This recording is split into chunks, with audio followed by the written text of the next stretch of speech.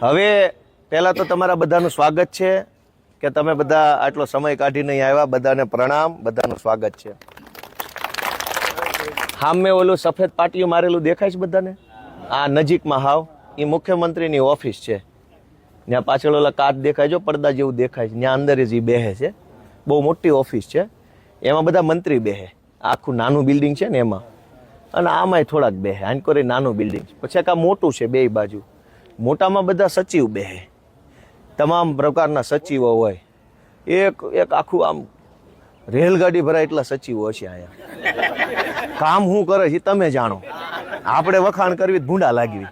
Public જ એના વખાણ કરે કે શું કામ કરે છે. આવા 14 બિલ્ડિંગો છે. આવા આ દેખાય ને, જો આની અંદર 12 લખેલા છે. આવડું આ લગભગ 5 નંબર કે 4 નંબરનું. આવા 14 બિલ્ડિંગો ચારો તરફ છે. હજારો માણસો કામ કરે છે. કરોડો રૂપિયાનો પગાર છે.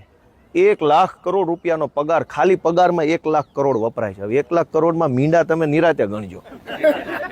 ગુજરાતની જનતા જે પૈસા ચૂકવે છે ટેક્સ પેટે, એમાંથી 1 લાખ કરોડ રૂપિયાનો તો ખાલી સરકારી માણસને પગાર જ વયો જાય કામ કરવાનો. હવે શું કરે છે ને કોની હાટો કરે છે એ તમે નિર્ણય લેજો આવતી ચૂંટણીએ.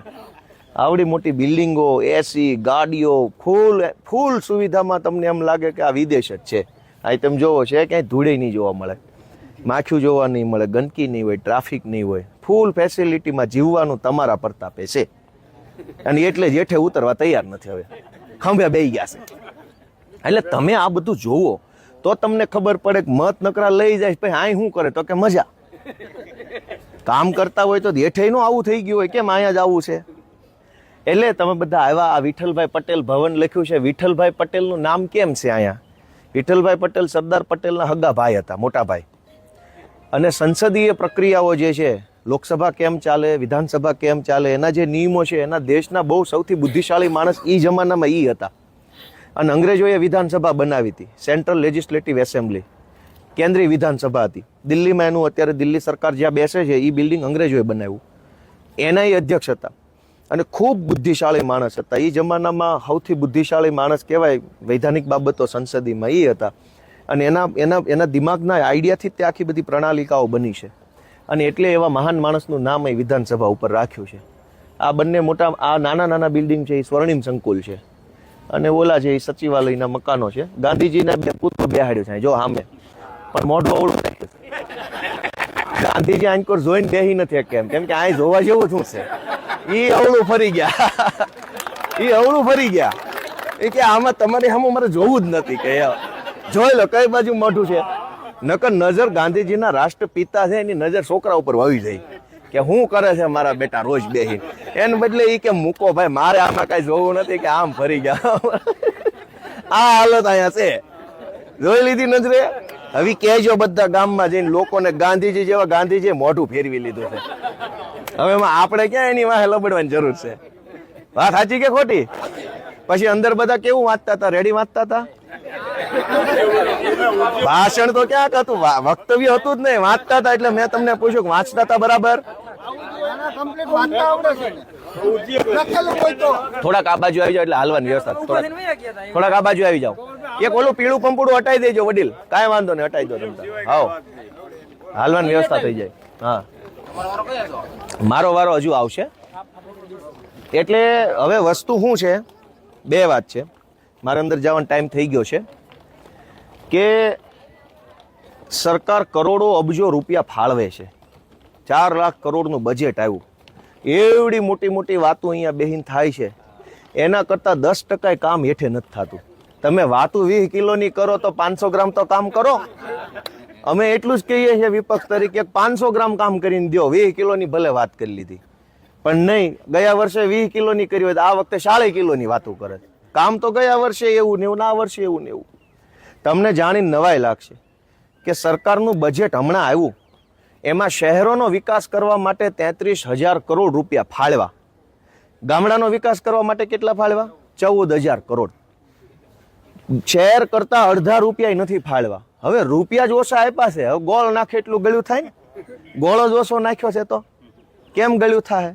આ સરકાર એમ ધારે છે કે ગામડાનો વિકાસ ન થવો જોઈએ, ગામડું ભાંગીને બરબાદ થઈ જાય તો બધા વિસ્તરા પોટલા લઈને અમદાવાદ, રાજકોટ, સુરત આવવા માંડે. હાંકડી ખોલ્યુંમાં રહે તો સરકારના લાચાર બને. અત્યારે તમે તમારા મરજીના માલિક છો, કેમ કે 10, 15, 20 વીઘાના તમે ખાતેદાર છો, એટલે તમે આમ તમારું બિંદાસ છે કે ભાઈ આપણે કોઈના ઓશિયાળા નથી, અમારું ખેતર છે, મહેનત કરીને ખાવું છે, કોઈની ઓશિયાળી કરવી નથી. તમને ઓશિયાળા બનાવવા હાટું થઈ ખેતીનો વિકાસ ન થાય, ગામડાનો વિકાસ ન થાય, એટલે અહીંથી પૈસા જ ઓછા ફાળવા છે. 50% કરતાંય ઓછા છે, અડધો અડધ નથી. ગુજરાતમાં ગામડા જાજા કે શહેરો જાજા? તો પૈસા જાજા ક્યાં ફાળવવા જોઈએ?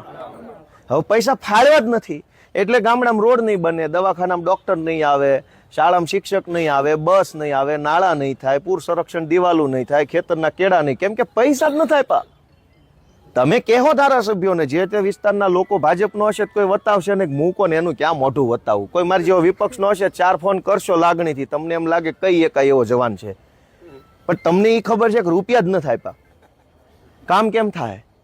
14,000 કરોડ રૂપિયામાંથી તે અડધો અડધ રૂપિયા પગારમાં વયા જાય, સરકારી પગારમાં, અને બાકીના જાહેરાતમાં. કાંઈક વધે તો તમારું ન વધે, જય ભોળાનાથ. આ પરિસ્થિતિ ગુજરાતની તમે નજરે જોઈ શકો. સાંભળો ઘડીક, તમે નજરે જોઈ શકો કે ભાઈ તમે વર્ષોથી મત આપ કરો છો, પણ થાય શું આયા? એટલે મેં તમારા બધાના આશીર્વાદથી આ બધું છે, નકર અહીંયા અમને કોઈ ગરવાય ન દે. નીકળો એમ જ કે સીધા, જ્યાં હોય ને બધે ઊભા છે, નહીં ઘૂસવા દેવા માટે. સામાન્ય માણસ જોઈએ જ નહીં, વીઆઈપી હોય તો ચાલે, પણ તમારા હાથમાં એ તાકાત છે કે તમે જેનું બટન દબાવો ની માણા આમ ઠપ ઠપ ઠપ કરતો વયો જાય, કોઈ રોકી ન શકે. અહીંયા અંદરે વયો જાય ને બારી આવી કે. એટલે હવે તમારે અહીંથી જવાનું છે જમવા. અહીં ગાર્ડનમાં ફરવું હોય ફરી શકો છો, અને હું તો કહું છું ફરો, થોડોક આંટો મારો, જોવો, આમ તમને એમ લાગશે કે આ વિદેશ જ છે. સુવિધામાં કાંઈ ઓછું નહીં હોય. ઝાડવા એવા છે જેના આપણને નામ ન ફાવે, એવા તો લઈ આવ્યા ઝાડવા. આકાર તમે જોવો તો આમ સરસ મજાનો આકાર, ફૂલડા ના તે બધું જ હોય છે, બરાબર છે.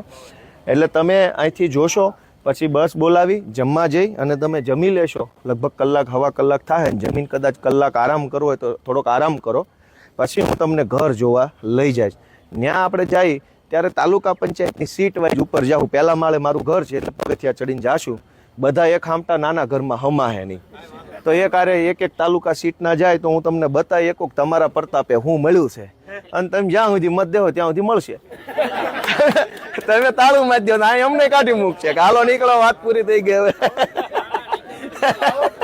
એટલે પણ મારું એટલું જ કહેવાનું છે કે તમારા પ્રતાપે, પબ્લિકના પ્રતાપે જનતાએ કેટલો પરસેવો રેડે છે ને, ત્યારે આ લોકો અહીં કેવી મજા કરે છે, અને ઊભા થઈને કોઈ કામની વાત ક્યાંય પબ્લિકનું આવતું નથી.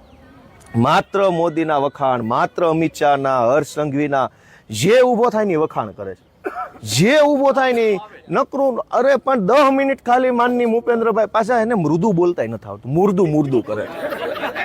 અડધાને તો મૃદુ એટલે કોમળ, એને મૃદુ બોલતા ને કે મુર્દુ મુખ્યમંત્રી.